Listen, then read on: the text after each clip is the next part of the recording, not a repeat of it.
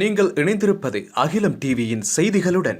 கிழக்கு மாகாணத்தை மையமாக கொண்ட அடிப்படைவாத குழுவை பற்றிய தகவல்கள் மட்டுமே உள்ளன. இது குறித்த தகவல்களை உளவுத்துறை மற்றும் பாதுகாப்பு படையினர் தேடி வருகின்றனர்.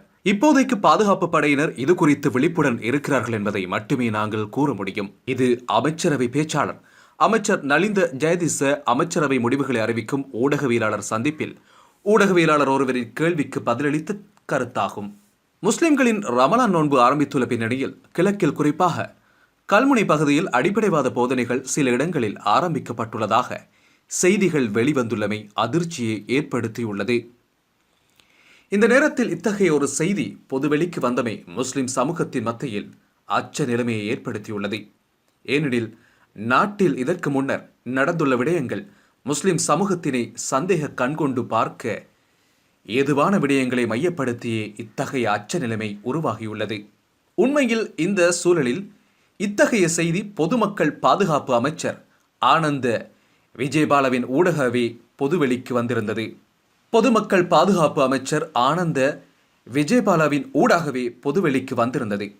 கடந்த வார இறுதி ஆங்கில பத்திரிகை ஒன்றுக்கு அவர் அளித்த தகவல்கள் ஊடாக அது வெளிப்பட்டிருந்தது. கிழக்கு மாகாணத்தில் முஸ்லிம் மக்களிடையே தீவிரவாத சித்தாந்தங்களை பரப்புவதற்கான முயற்சிகள் குறித்து அரசாங்கத்திற்கு புலனாய்வு தகவல்கள் கிடைத்துள்ளதாக அந்த பத்திரிகைக்கு பொதுமக்கள் பாதுகாப்பு அமைச்சர் ஆனந்த விஜயபால தெரிவித்திருந்தார்.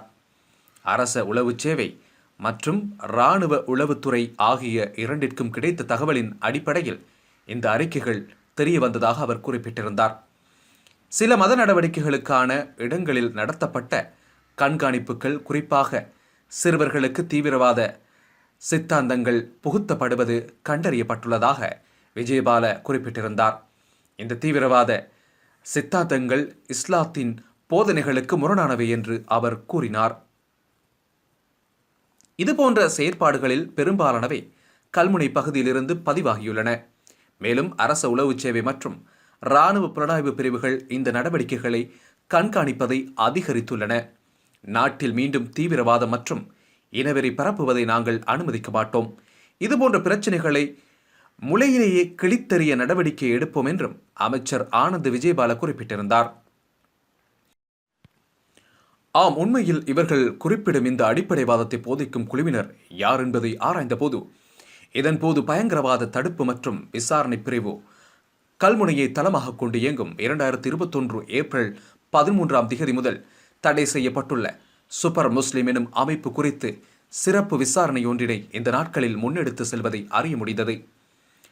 1979 ஆண்டின் 48 இலக்க பயங்கரவாத தடை சட்டத்தின் 27 அத்தியாயம் பிரகாரம் கடந்த 2001 ஆண்டு ஆக்கப்பட்டுள்ள கட்டளைகள் பிரகாரம் 2223 கீழ் 3 இலக்க வர்த்தமானி அறிவித்தலூடாக சூப்பர் முஸ்லிம் உள்ளிட்ட 11 முஸ்லிம் அமைப்புகள் தடை செய்யப்பட்டன. இந்த தடை பட்டியலானது 2023 ஆண்டு ஜூலை அப்போதைய ஜனாதிபதி ரணில் விக்ரமசிங்க ஊடாக திருத்தப்பட்டது. அதன்படி இந்த தடை பட்டியலை சவாலுக்குட்படுத்தி நீதிமன்றம் சென்ற 5 அமைப்புகள் அந்த பட்டியலில் இருந்து நிபந்தனையுடன் நீக்கப்பட்டன. ஆனால் சூப்பர் முஸ்லிம் அமைப்பு தொடர்ச்சியாக தடைப்பட்டியலில் இருந்து வருகின்றது. உண்மையில் சூப்பர் முஸ்லிம் சிந்தனை இந்த நாட்டு மக்களினதும் முஸ்லிம்களினதும் பிரதான நீரோட்டத்திலிருந்து விலகிச் செல்லும் நிலை காணப்படுவதால் இது தேசிய பாதுகாப்புக்கு அச்சுறுத்தலாக அமையும் அச்சம் காணப்படுகிறது என அகில இலங்கை ஜம்மியத்துல் உலமா சபை கடந்த 2021 மார்ச் மாதம் தெரிவித்திருந்தது. இது தொடர்பில் அப்போது செய்தி வெளியிட்டிருந்தது. சூப்பர் முஸ்லிம் சிந்தனை இலங்கையிலும் சிலரிடம் பரவி வருவதை காணக்கூடியதாக உள்ளது. ஆகவே வழி தவறிய இச்சிந்தனை தொடர்பான விடயங்களை சமூக வலைத்தளங்களில் பகிர்ந்து கொள்வதையும் அவற்றை பிரச்சாரம் செய்வதையும் முற்றாக தவிர்த்து கொள்ளுமாறு சகல முஸ்லிம்களையும் ஜம்மியத்துல் உலமா கேட்டுக்கொள்கிறது என அப்போது உலமா சபையின் செயலாளர் அசைஹ் எம் அர்கம் நூராமி தெரிவித்திருந்தார். இவ்வாறான பின்னணியிலே 2021 ஏப்ரல் மாதம் அவ்வமைப்பு தடை செய்யப்பட்டது. அவ்வாறு தடைப்பட்டியலில் உள்ள அவ்வமைப்பின் செயற்பாடுகள் இப்போது கல்முனையிலும் கிழக்கின் மேலும் சில இடங்களிலும் தலை தூக்கியுள்ளமை அவதானிக்கப்பட்டுள்ளது. குறிப்பாக நோன்பை அண்மித்து அவ்வமைப்பின் கொள்கை பிரச்சாரங்கள் அதிகரித்துள்ளமை உளவுத்துறையினரால் கண்காணிக்கப்பட்ட நிலையில் அந்த நடவடிக்கைகள் பயங்கரவாதத்தை நோக்கி செல்வதை தடுக்கவும் அத்தகைய சிந்தனைகள் பரப்புவதை தடுக்கவும் விசாரணைகள் ஆரம்பிக்கப்பட்டுள்ளன. மருத்துவ பட்டதாரி ஒருவரால் தலைமை தாங்கப்படும் இந்த அமைப்பின் சிந்தனைகள் இஸ்லாமிய மைய நீரோட்டத்தில் இருந்து விலகிச் செல்வதாக ஜம்மியத்துல் உலமா சபையும் தீர்மானித்துள்ள பின்னணியில் இத்தகைய அமைப்புகளின் நடவடிக்கை தொடர்பில் அவதானமாக இருக்க வேண்டும்.